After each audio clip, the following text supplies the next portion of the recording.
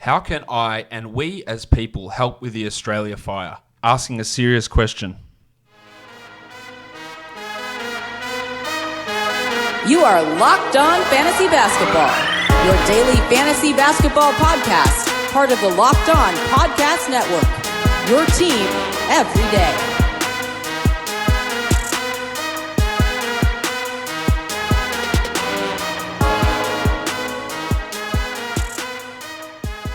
Hello and welcome to the Locked On Fantasy Basketball podcast, brought to you by Basketball Monster. My name is Josh Lloyd and I am the lead fantasy analyst at basketballmonster.com and at Yahoo Sports Australia. And you can find me on Twitter as always at redrock_Beeble and on Instagram at Locked On Fantasy Basketball. Today we are looking back at Sunday's action. We are previewing Monday's games and giving some injury updates as well. Michael Bolton.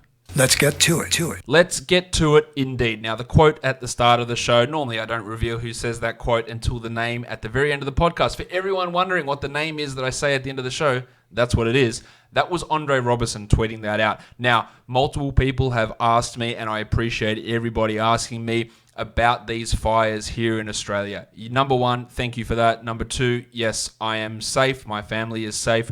We live in the second biggest city in Australia. There are no fires actually in the suburban area of Melbourne or of Sydney, but it's been an issue in Sydney for a while, but now in Melbourne today especially, the smoke is coming in, the air is very, very hazy, and you can smell smoke everywhere you go. So that is it's hitting quite close to home in that area.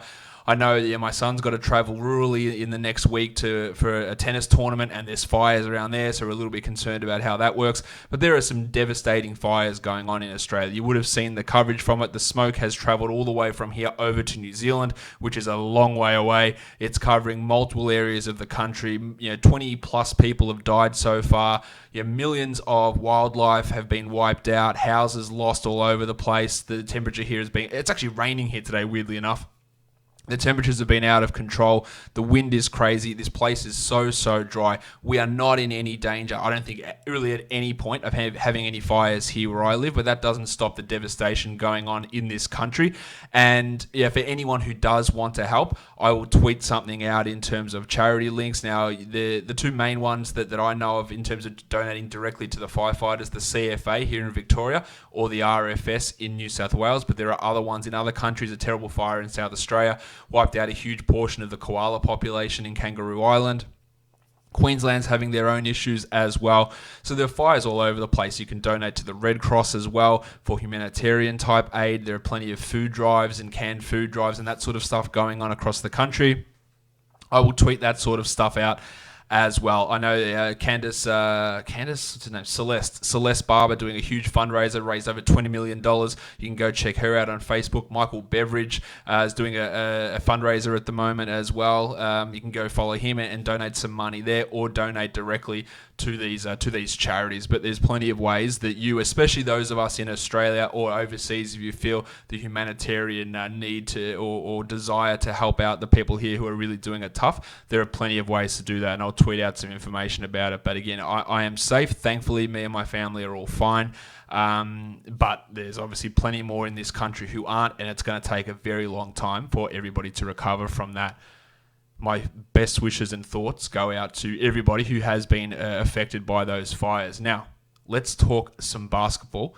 Let's get into looking at these games from Sunday. The first game, the New York Knicks, they took it to the LA Clippers. They lost in the end, 135-132, but a big scoring performance from Marcus Morris. 38 points in 35 minutes, 6 triples, 5 rebounds, 2 steals and a block. Now, ridiculous shooting, 68% from the field from Morris, 31% usage. There was a time a week or so ago when his minutes were really ramping down, and you had the feeling that, okay, is this the end? Are they starting to bench him? Are they going to trade him? And then it came out, no, they're not looking to trade him. He wants to stay on beyond next year because, I don't know why, because he gets to do whatever he wants, which he's never going to have on any other team. But these performances are strong. I still maintain, I don't think that when we get to fantasy playoffs that he's going to be a huge factor. But for now, he is, and he's putting up big numbers. RJ Barrett had been pretty shit, but a strong game here. 24-6 with a 111. His percentages were also high, true shooting of 76% for Barrett, for a guy who's struggled all season in that area. While Reggie Bullock has taken the Damian Dotson minutes, 25 minutes for Bullock, 9 points with 3 steals. That's really just deep league stuff, but it's important to know that Bullock has taken those Dotson minutes.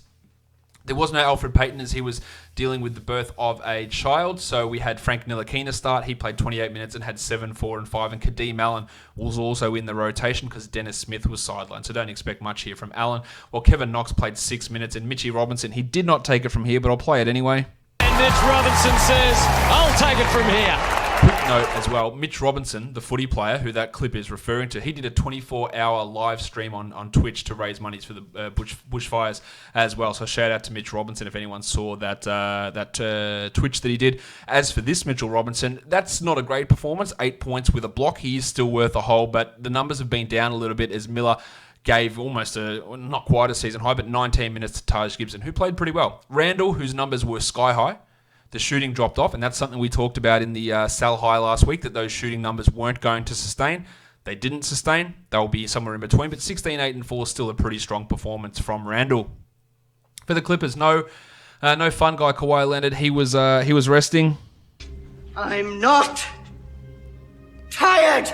But it was good to have Paul George back. Only 26 minutes for Georgie as he fouled out, but 32, 4, and 3, 2 steals and 5 triples on really, really strong shooting. And Lou Williams, this is a massive sell high for Lou Williams. 32, 2, and 9. 2 big games in a row. One without the Beetle and one without the fun guy. So that's allowed Lou to put up big numbers. That's a sell moment. JaMychal Green also had a double-double in 32 minutes. He won't play this much most games, while Pat Patterson was back in the starting lineup. If it's a Zubats minutes right down as well, he's not a 12-team hold. No way. In 14 teams, he's a touch and go, but there's probably going to be someone else out there. While Montrezl Harrell was big. 34 on 21 shots, 6 rebounds and 3 assists. No peripherals, but some good scoring numbers. Well, Beverly had just 6 points, but 6 assists and 5 rebounds. Helps out his overall fantasy value. Landry Shamet, by the way, not good. Not good anyway from a fantasy point of view. 5 points in 13 minutes. His defense is bad, and he shouldn't be anywhere near a 12 or probably a 14-team league. Let's move on now to the next game of the day from Sunday. We look at the Portland Trailblazers. They got beaten by the Miami Heat, 122 to 111. Damian Lillard had 34 with 12 assists and 3 steals. In his 42 minutes, there was no CJ McCollum, so a big game from Lillard, while Hassan Whiteside against his former team. The world. 21 and 18, 2 blocks, big percentages, a huge night from Whiteside. With McCollum out, we had Mario Hezonja play a pretty big role, 20 minutes, 10 points. He had 2 steals and 2 blocks. And part of the appeal from Hezonja in past years has been his ability to get steals. Now, he'd been out of the rotation prior to the last 2 games, so I don't think we need to get too excited. But there is at least something to see there. While Carmelo Anthony, the regression, is hitting you real hard. 11 points on 11 shots, no steals, no blocks, no triples. It's when you look at these things and see what they're doing, and go, well, these numbers are crazy, and they're nowhere near what he's ever done in his career. That's when you should have a heavy dose of skepticism. And that's what we're seeing with Melo. He's still a hold, but he's not that bloke who was a top 70 player for a stretch there for Portland. Gary Trent started for McCollum, and he was benched at halftime for Simons, who had 19, 4, and 4. That's a really strong game from Simons. It doesn't necessitate any sort of pickup outside of those deep formats. For the Heat, no Justice Winslow or no Jim Butler, so the iron shoulder, Goran Dragic, went off. 29 points with 7 triples and 13 assists in 65% shooting. He's been really good this season. He's been limited the last couple of games, playing 22, 23 minutes, but stepped it up here. He is a 12-team league guy, while Derek Jones Jr. also stepped up with Butler out. We had 19 and 6 for Jones with a steal and 2 blocks. Now, he's not going to get this level of playing time every game, especially when Winslow comes back. But he is, and even look at the last games when Winslow's been out, he's been nowhere near this sort of production. But he can be at least a deeper league guy for defensive numbers. Kelly Olynyk out of the rotation, replaced by, and it gives me a great opportunity here, replaced by James Johnson.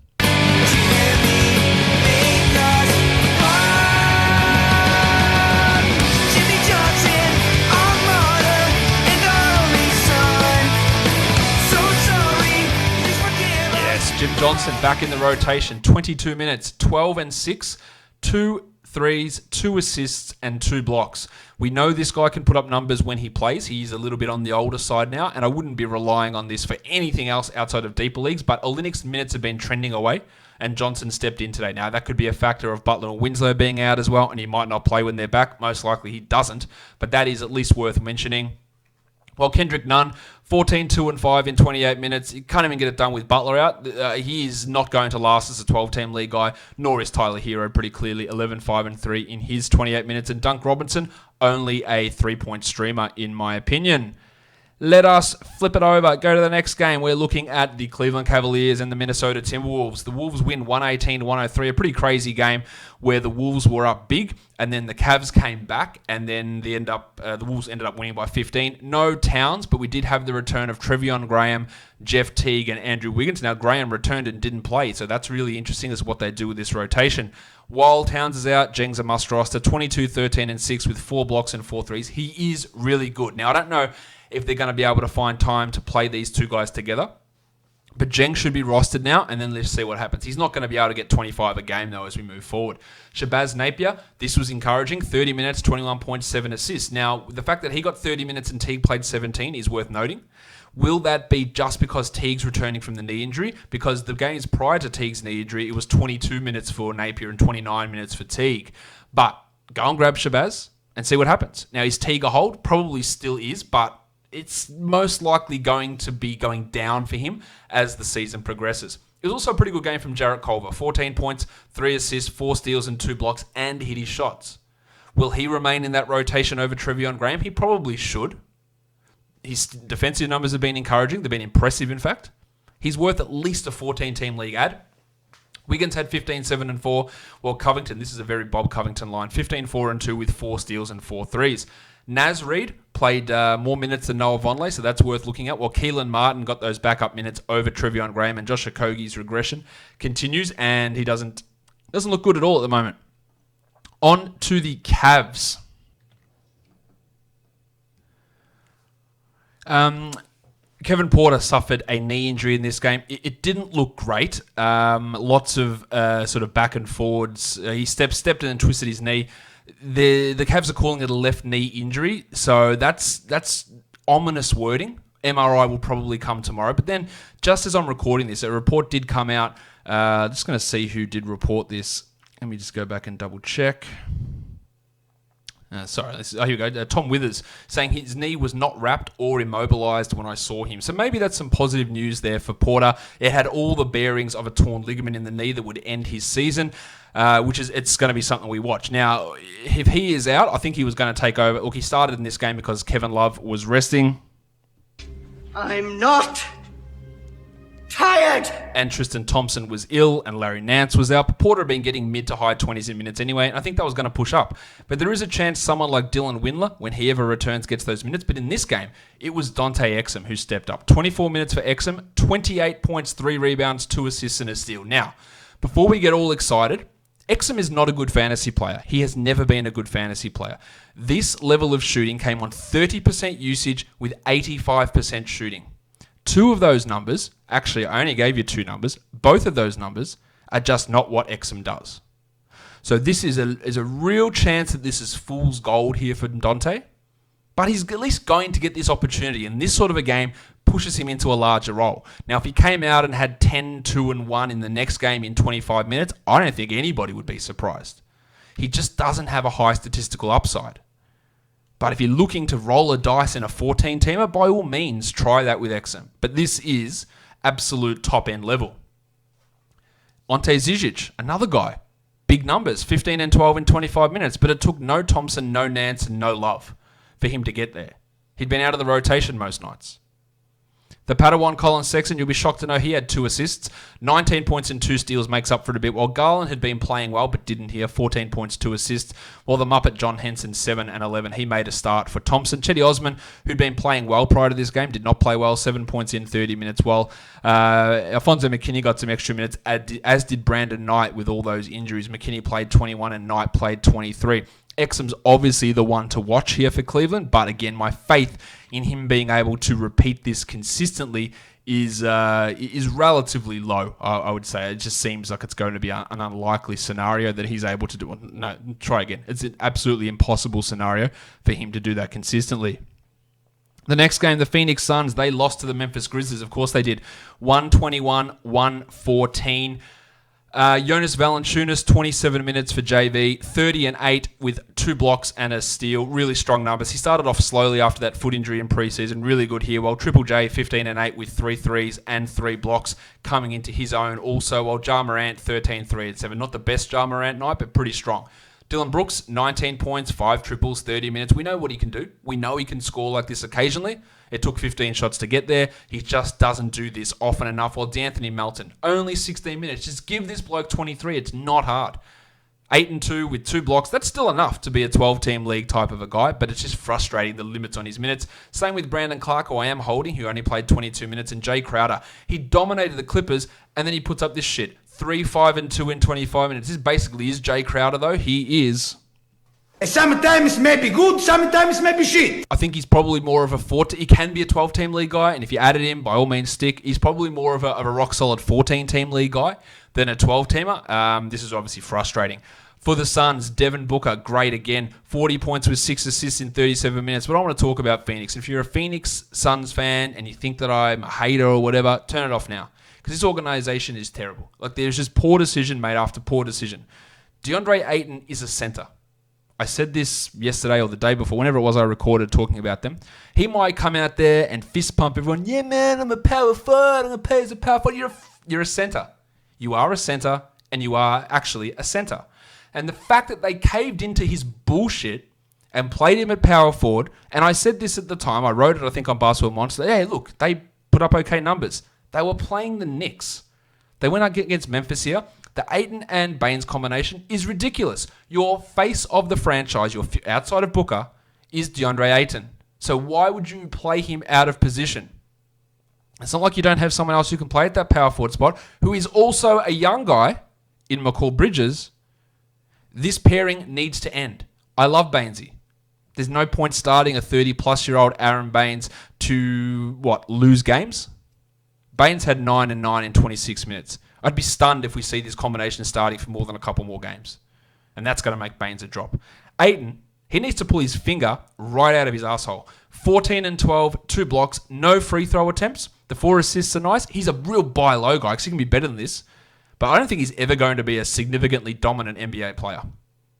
As for Bridges, 12, 5, and 3, 3 steals and a block, 1 triple. I like this guy. I like him quite a bit. Williams has hated him all season. It's been curious, that decision-making. He needs to play this much minimum every single night. He is absolutely a 14-team league flyer and probably worth a 12-team flyer at this point because I think it's going to move into that direction.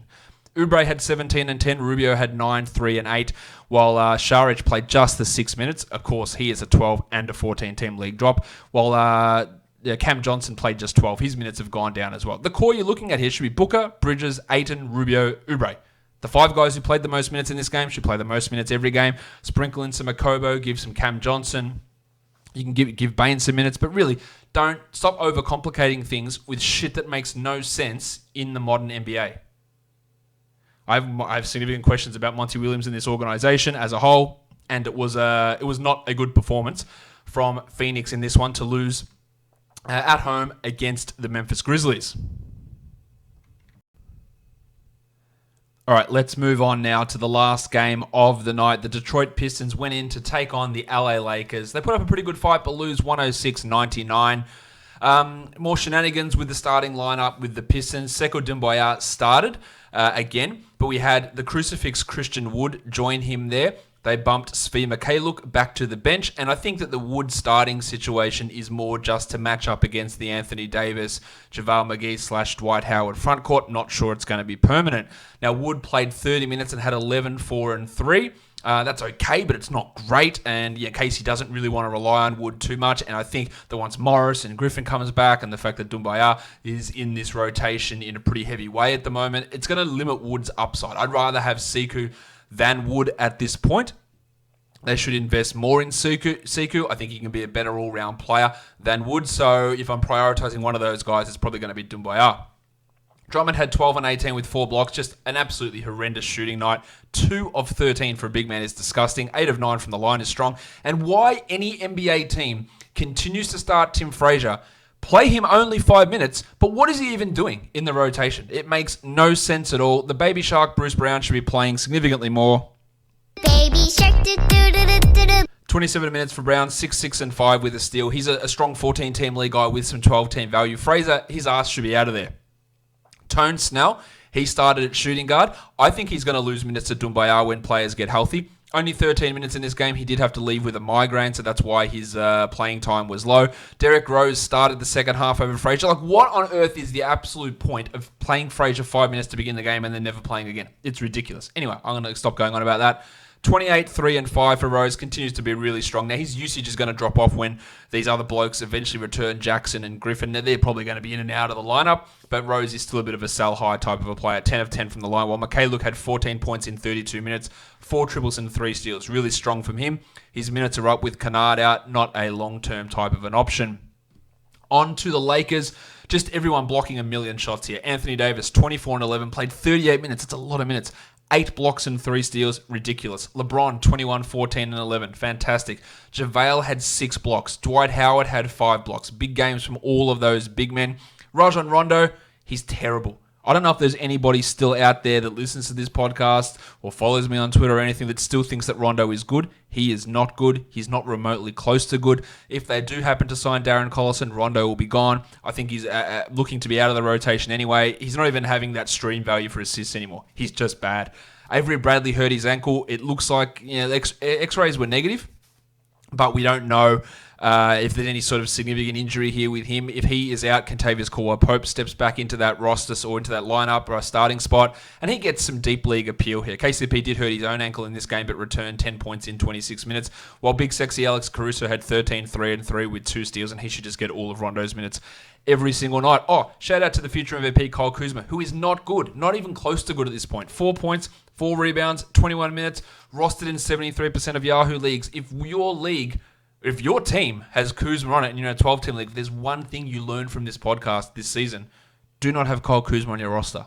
I think we're all well across that. And if you've still got him, do me a favor, just get rid of him. It'll make me feel a lot better. Do whatever you want in the end.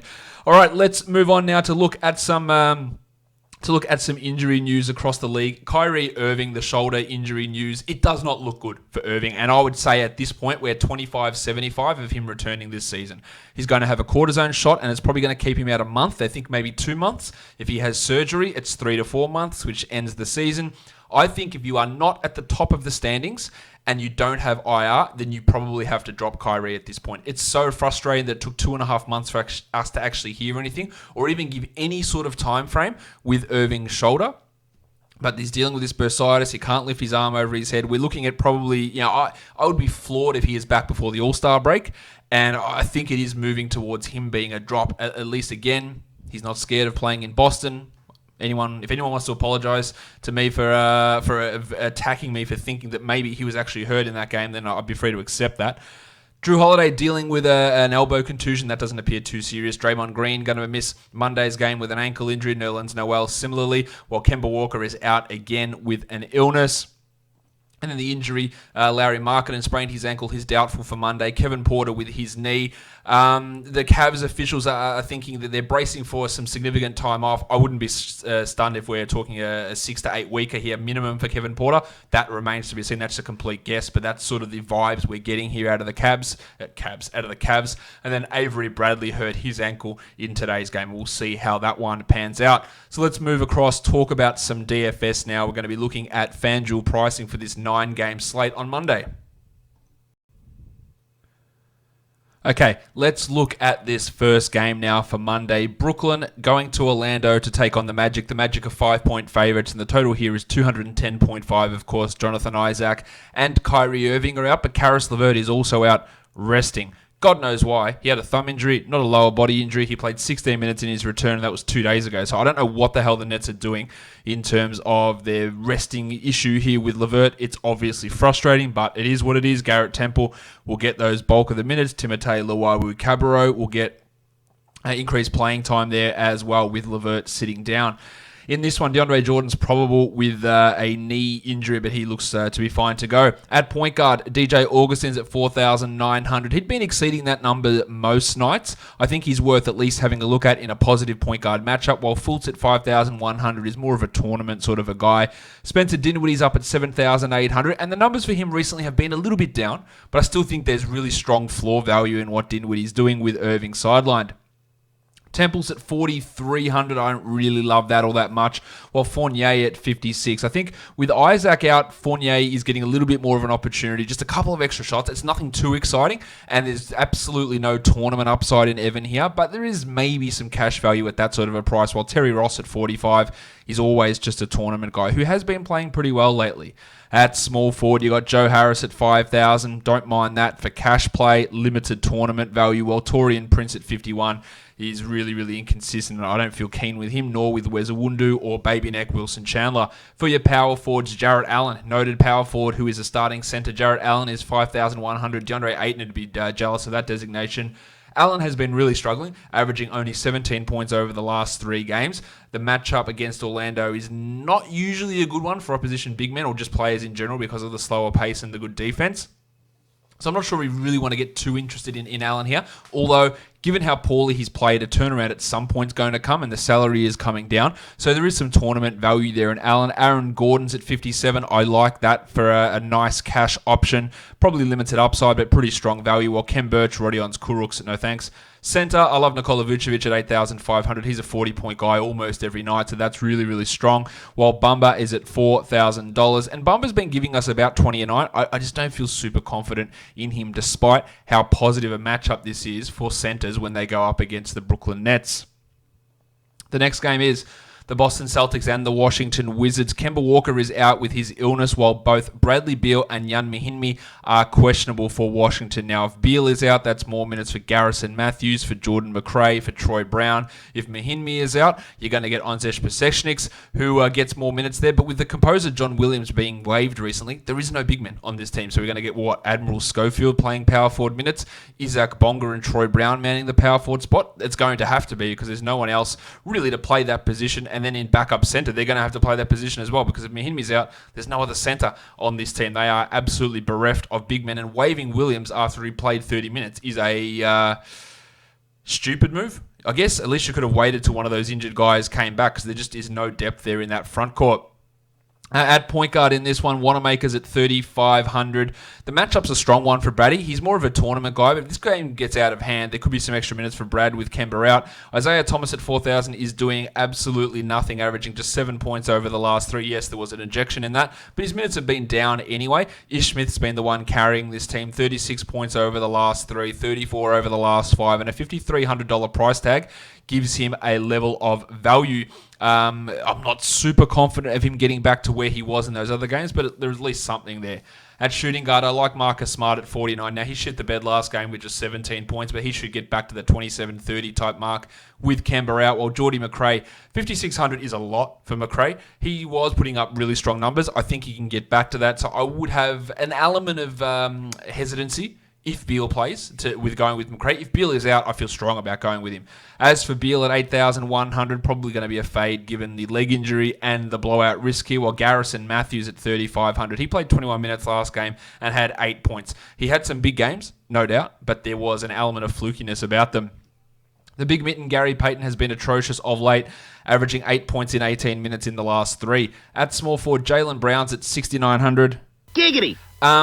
Averaging 37 over the last 5, which is pretty strong at that number. The last couple have been a bit down, but I think there's a really strong floor, especially with a $500 price drop here from Jaylen, so he looks to be okay. While Gordo Hayward at 64, similarly, a pretty strong floor value there. Troy Brown at 57, I would not like that if Beal plays. But if Beal is out, I think we can get at least 30 out of Troy Brown. Isaac Bonga, I don't think we get too interested in that. At power forward, Daniel Tice at 43. That's a no from me. Tatum at 79. I think that's really strong for value. He's about a 40-point guy most of the time, which is really good at that number. And then we go on to the centers. Mahinmi's at 48. No, thank you. Enes Kanter at 54, who is putting up huge numbers. Really, really like his ability here to give us a 35-ish point type of performance, which would smash through that number. While Pasechniks at 42, if Mahinmi's out, Pasechniks at 4,200 becomes a really, really strong option and a pretty solid floor play, I think, given there's no other center on the roster. The Indiana Pacers and the Charlotte Hornets. The Pacers are 5-point favorites here, and the total is 209.5. Brogdon is out, while CJ McCollum is questionable with an ankle sprain. If he is out, I'd expect Edmund Sumner and Justin Holiday to get a bump in their minutes in that situation.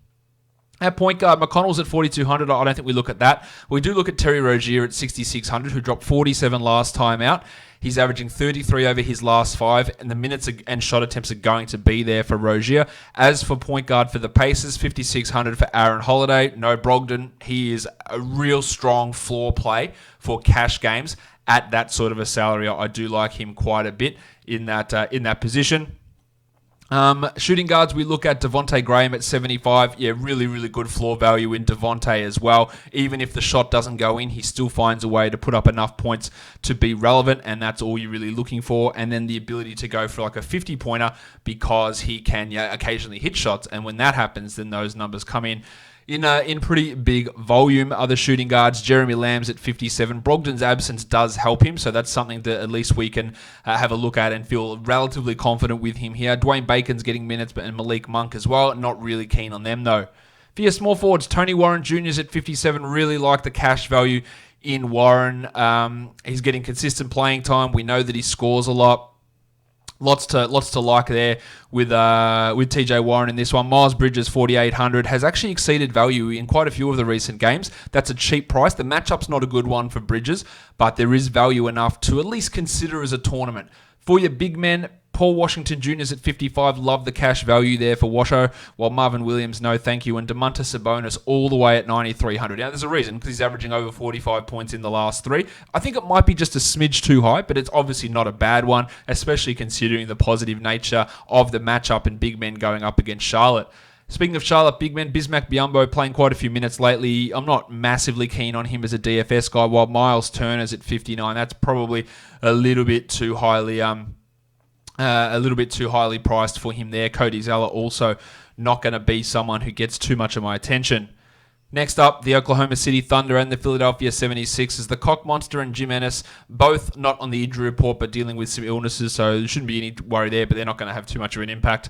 At point guard, Benny Simmons is at 8,500. He dropped a casual 79 last game, averaging 52 over his last 5. 8,500 is a pretty fair price for Simmons, who should be like a 40-point guy minimum. So I don't mind him here. I think there is some value in him. Chrissy Paul's at 67. Love that price for Paul. If it wasn't a bad matchup, I think this might be just a fade spot. Trey Burke, no thanks. Shooting guard, Joshie Richardson's at 5,700. I don't really see the massive appeal there. While Schroeder at 58, I'd rather Schroeder over Richardson. He's more consistent. He's more likely to get that 30-point mark. And Gilgeous-Alexander at 72. He's putting up big numbers of late. The matchup here might be one that makes us at least consider not using him, but he's been on a really strong run. Diallo and Korkmaz and Terry Ferguson, not interested. Toby Harris is at 6,400. I think there is value in him getting like a 35-point performance, which gives him strong value at that salary, while the Italian cock, Danilo Gallinari, Hands up, my cock! He is down at 5,700. I love that cash value there for the Rooster. Big value, big upside, strong floor as well. For power forward, Horford struggling. He's at 5,400, maybe for a tournament. At some point, he's going to have a good game. I hope. At some point, he will. And I think that's always worth looking at as more people turn away from him. While Embiid at 9.6 is good. Adams at 6.1, also I think pretty strong, despite the matchup being, I guess, somewhat of a negative going up against Embiid. Nerlens Noel is out, so maybe we see Justin Patton in the rotation, but he's not going to really be troubling the DFS scorers here for the Thunder.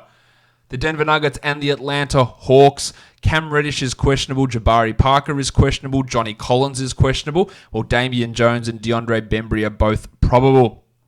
Obviously, lots of change there. If Collins is out and Parker's in, maybe he starts. But even then, before Collins returned from suspension, we saw Parker's minutes on the downturn anyway.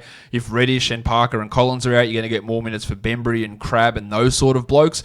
Big usage bump for players like Kevin Huerter, who's been playing really well. So lots can change here. Alex Len gets a bit of a boost in that situation as well. The Blue Arrow, Jamal Murray, has been crushing it, averaging 39 over his last 3.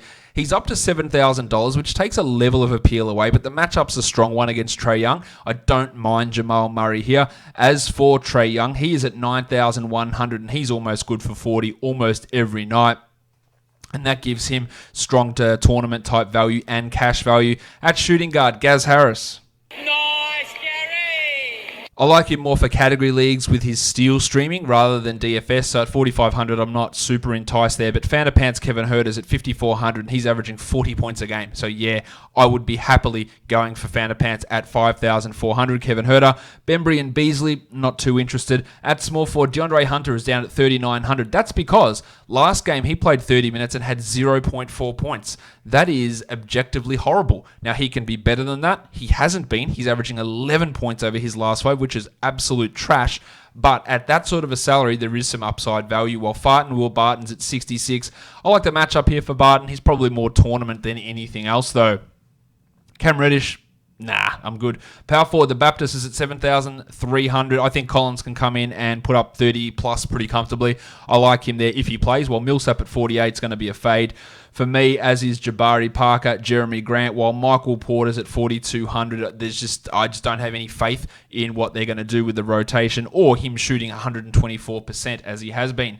At center, Big Chungus, Nikola Jokic is at 8,800, which is a really low price. His numbers have tailed off a bit because there's been a lot of blowouts. That's a risk here as well for Jokic. I probably wouldn't get too interested in him. While Alex Len at 4,800, Len's averaging over 30 points over the last couple of games, so that is worth looking at. I wouldn't be too interested in him at this stage, but he's got at least some marginal low price cash value type scenario.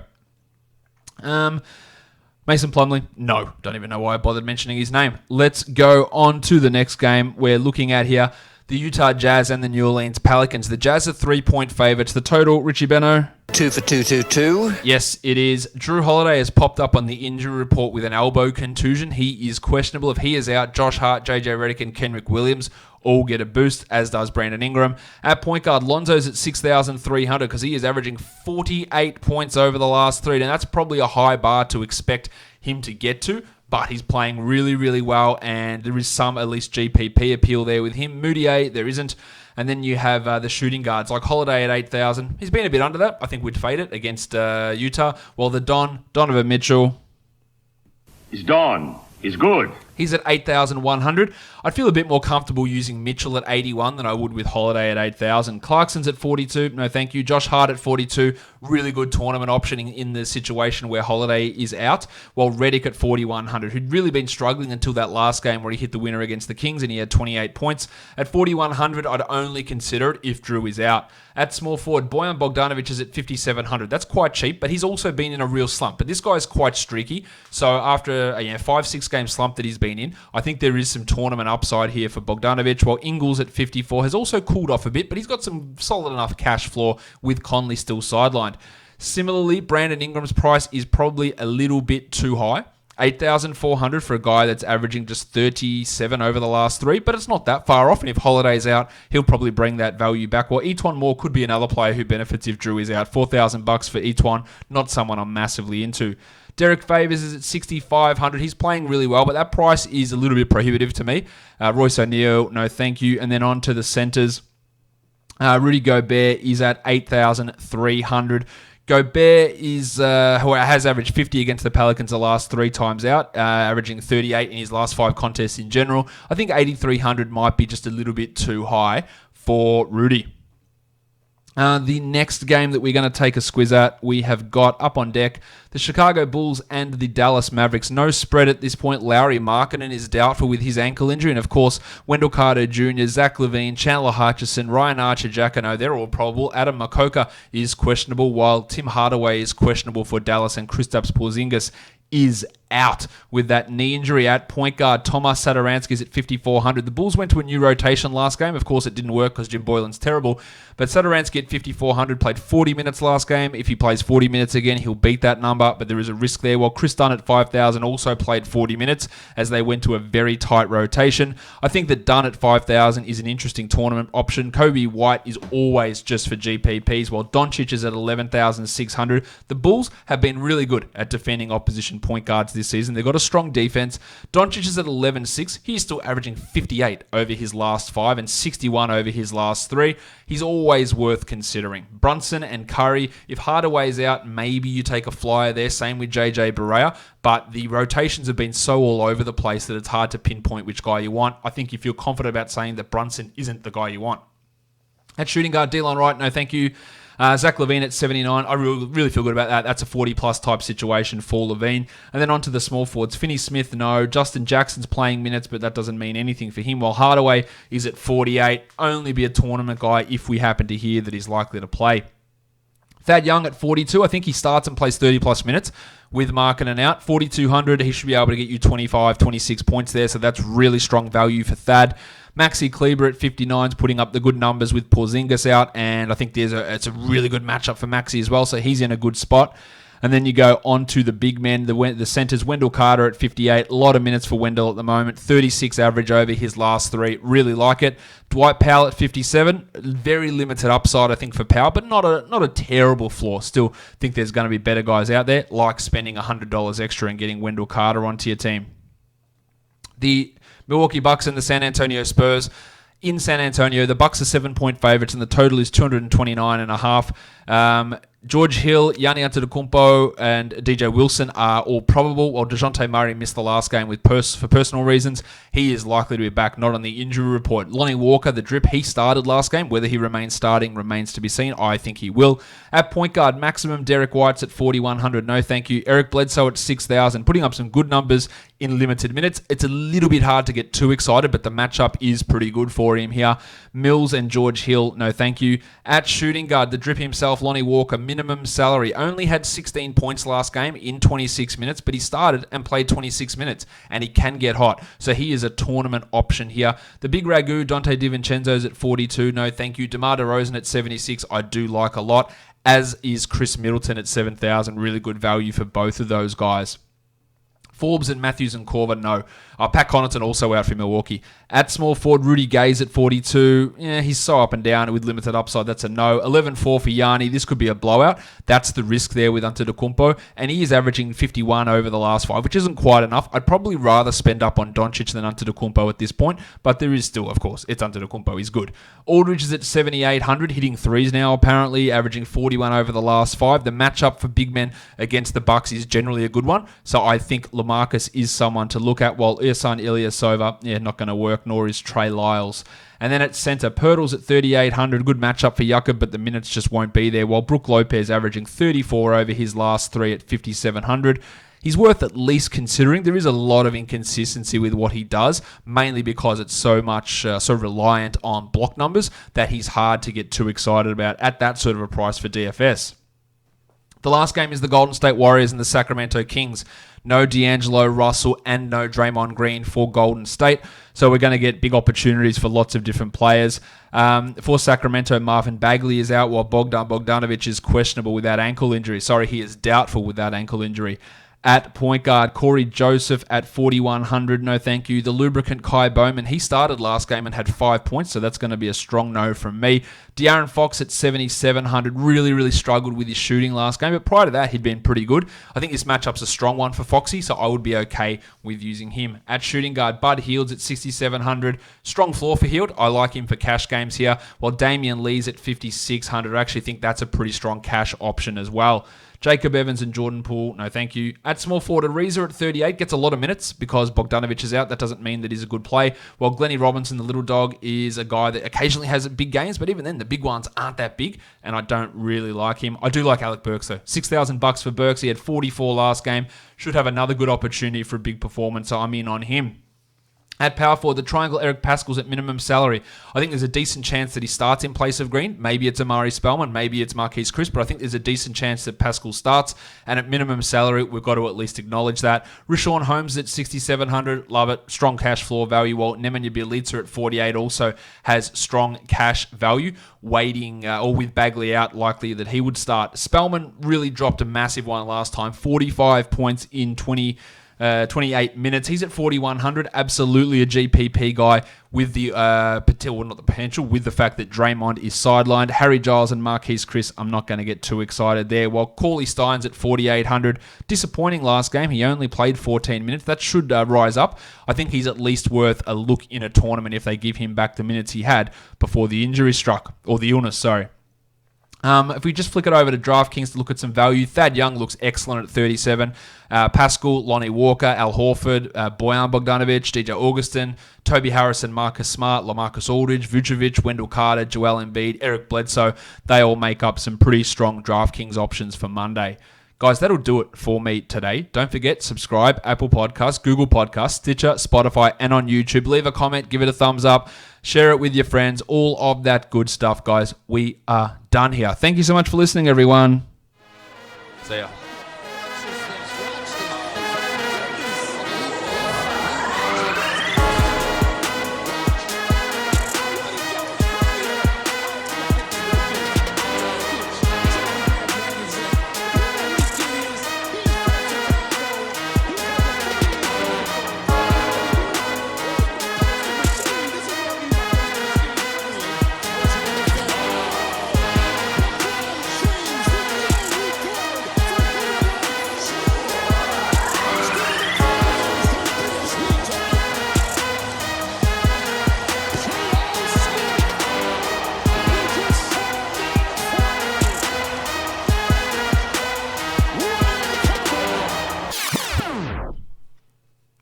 Andre Robertson.